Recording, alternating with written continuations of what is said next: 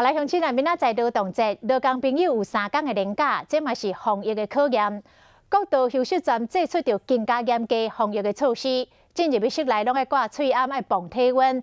这个用餐区嘛加装隔板，座位嘛拢有开距离。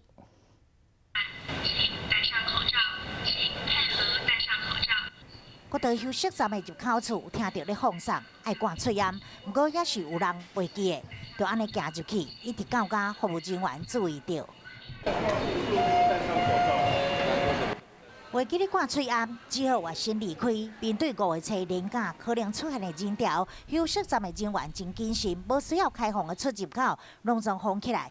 只剩一个入口处，随时监测民众的体温超过37度半，必须要停下防疫调查表。蛮好的，因为有这个，可能如果人多的话，就在车上吃吧。这几天不是都连确诊嘛，然后从上礼拜开始就有人潮也比较多。想要拍车一头速开者，使去户外。 高公局估计5月初连假3天，国道全日交通量大约80到100万车公里。因为疫情的影响，比去年同期大约减少10到15%车条。加上公立学校甲公家机关照常上班上课，主要也是以通勤甲低度为主。度过清明连假考验，煞来连假是毋是会当继续走条封线咧？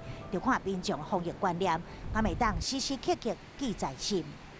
不担心啊，因为现在台湾做得很好。